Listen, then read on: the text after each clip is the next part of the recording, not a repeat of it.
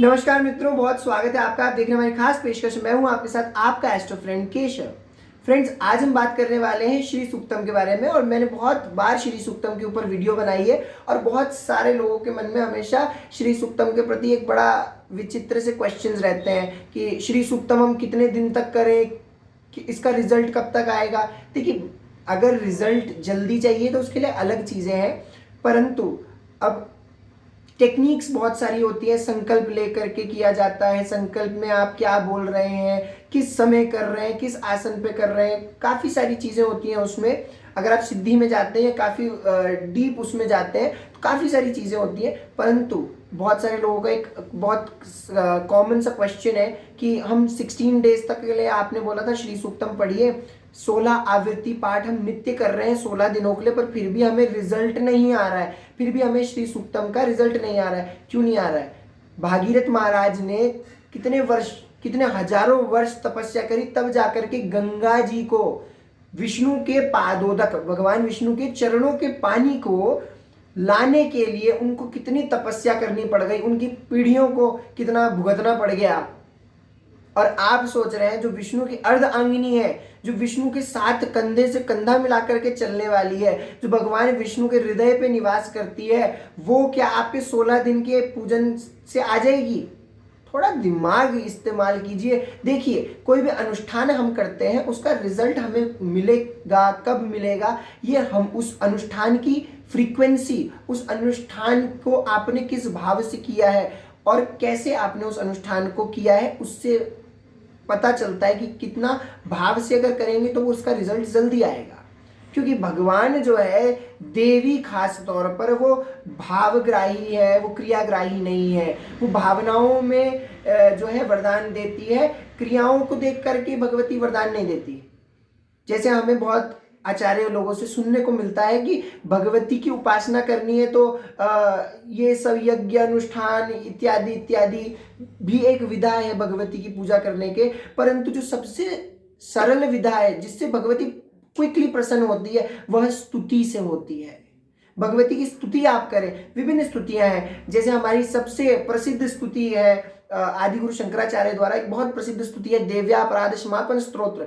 न मंत्रम नो यंत्रम तदपि च न जाने स्तुति महो, न चावानम ध्यानम तदपि च न जाने स्तुति कथा, न जाने मुद्रास्ते तदपि च न जाने विलपनम, परम जाने माता स्वदनुशरणम क्लेशहरणम।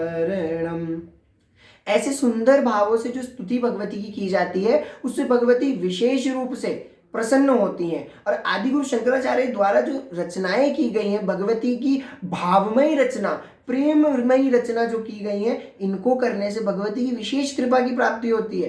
देव्यापराधन क्षमापन स्तोत्र उत्तराखंड में गढ़वाल मंडल में बहुत प्रसिद्ध है। और धारी भगवती जो श्रीनगर में धारी भगवती है, देवलगढ़ में माँ राजराजेश्वरी का मंदिर है, और काली शिला, काली मठ के ऊपर काली शिला है, वहां पर ये स्तुतियां नित्य होती हैं। और मैं, ऐसा कोई ब्राह्मण गढ़वाली परिवार नहीं होगा जिसमें ये स्तुति ना हो। ये स्तुति बहुत हमारे यहाँ बहुत प्रसिद्ध है, प्रचलन में है। क्योंकि कहा जाता है आदिगुरु शंकराचार्य जी जो थे, वो शक्तिवाद का खंडन करके श्रीनगर, जो श्रीनगर उत्तराखंड में जो श्रीनगर है, पौड़ी जिले में आता है, उस श्रीनगर में गंगा किनारे बैठ गए और उनकी तबीयत बहुत खराब हो गई। भगवती ने बोला, जब शक्तिवाद का खंडन किया तो जाओ तुम शक्ति विहीन हो जाओ। अब जो वो शक्ति विहीन हो गए, शक्ति नहीं रही, तो उनकी तबीयत बहुत खराब हुई कि प्राण अब गए तब गए।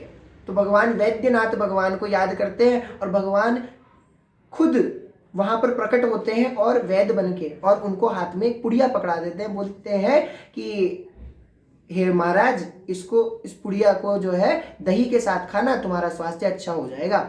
तब वो वहां से चले जाते हैं और वो इंतजार कर रहे हैं, ये औषधि मैं कैसे लूं, मेरे पास तो इतना सामर्थ्य भी नहीं है कि मैं यहाँ से चल भी पाऊं। तब एक माता आती है अपने सर में बड़ा अच्छा एक डोंगा भर के दही लेके, और बोलती है दही ले लो, दही ले लो, दही ले लो। तो फिर आदि गुरु शंकराचार्य बोलते हैं माता मेरी तबीयत बहुत खराब हो चुकी है और मुझे औषधि खाने के लिए थोड़ी सी दही चाहिए, क्या आप मुझे औषधि के लिए थोड़ी सी दही दे सकती हैं? बोला बिल्कुल दे सकती हूँ मैं। वो कटोरी में दही निकाल करके बोलती हैं ये लो। तो वो बोलते हैं अरे माता मेरी तबीयत इतनी खराब है कि मैं आप तक नहीं आ सकता, मेरे अंदर शक्ति नहीं है कि मैं आप तक पहुंच सकूं। तो वह भगवती जो दही वाली का रूप धर के आती हैं, वह बोलती हैं जब शक्ति नहीं है तो शक्तिवाद का खंडन क्यों किया था? ये जनश्रुति में आता है, लोकाचार में ये कथा हमें मिलती है कि आदि गुरु शंकराचार्य ने शक्तिवाद का खंडन किया था। और तब उन्होंने यह सुंदर स्तुति अपने मुख से गाई, न मंत्रम नो यंत्रम तदपि च न जाने स्तुति महो।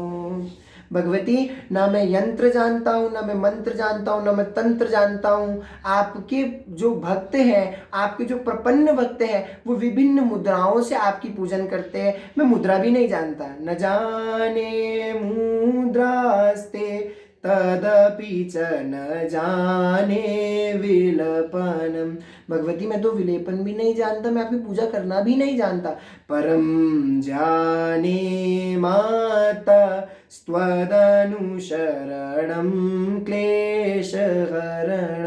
भगवती मैं मात्र एक चीज जानता हूं कि आपकी शरण में आ जाने से समस्त पापों का, समस्त कलेशों का, समस्त उपद्रवों का नाश हो जाता है।